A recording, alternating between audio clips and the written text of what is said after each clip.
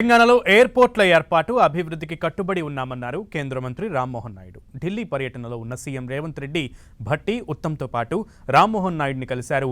తెలంగాణలో మరో 4 ఎయిర్పోర్ట్ల ఏర్పాటుకు రిక్వెస్ట్ చేశారు. దీనిపై సానుకూలంగా స్పందించిన కేంద్ర మంత్రి భూసేకరణ త్వరగా జరపాలని రాష్ట్ర ప్రభుత్వానికి తెలిపారు.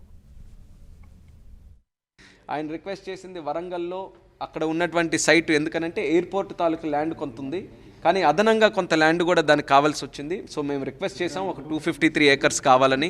స్టేట్ ప్రోయాక్టివ్గా దానికి కావాల్సినటువంటి డబ్బులు కూడా రిలీజ్ చేసి ల్యాండ్ ఎక్విజిషన్ త్వరితగతిన పూర్తి చేయాలని కూడా మొన్ననే ఆదేశాలు కూడా జారీ చేయడం జరిగింది. సో మేము వెయిట్ చేస్తున్నాం. ల్యాండ్ ఎక్విజిషన్ ఎంత తొందరగా అయితే ఎయిర్పోర్ట్ అథారిటీ ఆఫ్ ఇండియా తరపున మేము పూర్తిగా రెస్పాన్సిబిలిటీ తీసుకొని అక్కడ బ్రహ్మాండమైనటువంటి ఎయిర్పోర్టు వరంగల్కి అందరికీ కూడా ప్రజలందరూ కూడా మెచ్చుకునే విధంగా అక్కడ ఒకటి ఏర్పాటు చేయాలని దాని మీద నిర్ణయం తీసుకోవడం జరిగింది. దానితో పాటు స్టేట్ గవర్నమెంట్ నుంచి మరొక 3 లొకేషన్లు కూడా వారు రిక్వెస్ట్ చేశారు.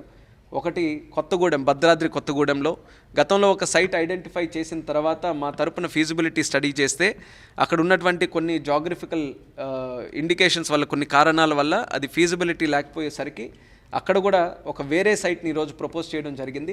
దానికి మళ్ళీ ఎయిర్పోర్ట్ అథారిటీ ఆఫ్ ఇండియా నుంచి ఫీజిబిలిటీ స్టడీ చేయాల్సి వస్తుంది. అది కూడా రానున్న 1-2 నెలల్లో అది కూడా మేము పూర్తి చేస్తాం. తదుపరి నిర్ణయం ఆ ఫీజిబిలిటీ స్టడీ రిపోర్ట్ మీద తీసుకుంటాం.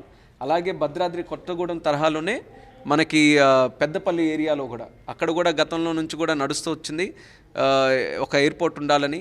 గతంలో ఉన్నటువంటి స్ట్రిప్పు ఇప్పుడు సరైన అవకాశాలు లేక అది డెవలప్ చేయకపోయేసరికి వాళ్ళ సైడ్ నుంచే ఇంకొక సైట్ కూడా చూసే అవకాశం ఉందని చెప్పారు. అది కూడా మేము ఫీజిబిలిటీ స్టడీ చేస్తాం. ఈ 2 ఏరియాలు కొత్తగూడెం అలాగే పెద్దపల్లిలో స్టేట్ గవర్నమెంట్ చూపించినటువంటి సైట్ని ఫీజిబిలిటీ స్టడీ చేసిన తర్వాత అది ఎంతవరకు కూడా మనకి సానుకూలంగా వస్తే దాని మీద ముందుకు నడిచే అవకాశం వస్తుంది. కాబట్టి రిపోర్ట్ వచ్చిన తర్వాత దాని మీద నిర్ణయం తీసుకుంటాం. అలాగే అతి ముఖ్యంగా స్టేట్ గవర్నమెంట్ కూడా దృష్టి పెడుతుంది, అది ఆదిలాబాద్ ఏరియాలో కూడా ఒక ఎయిర్పోర్ట్ ఏర్పాటు చేయాలని. ఆదిలాబాద్ ఎయిర్పోర్ట్లో డిఫెన్స్ తాలూకా ల్యాండ్ ఉంది. అక్కడ ఉన్నటువంటి ఎయిర్ స్పేస్ కూడా డిఫెన్స్ తాలూకా రిస్ట్రిక్షన్ ఉంది. సో కేవలం మా వంతుగానే కాకుండా మినిస్ట్రీ ఆఫ్ డిఫెన్స్ నుంచి కూడా సహకారం తీసుకొని అక్కడ ఎయిర్పోర్ట్ ఏర్పాటు చేయాల్సి వస్తుంది. కాబట్టి ఆ విషయం కూడా మేము ముఖ్యమంత్రి గారికి చెప్పాం. సో మినిస్ట్రీ ఆఫ్ డిఫెన్స్ సహకారం తీసుకొని కూడా అక్కడ ఏర్పాటు చేయడానికి ఒక నిర్ణయం తీసుకుంటాం. ఆదిలాబాద్ స్ట్రాటజిక్ లొకేషన్, ఆ చుట్టుపక్కల మహారాష్ట్ర తాలూకా బార్డర్ ఉంది, దగ్గరలోనే ఛత్తీస్గఢ్ ఏరియా కూడా వస్తుంది.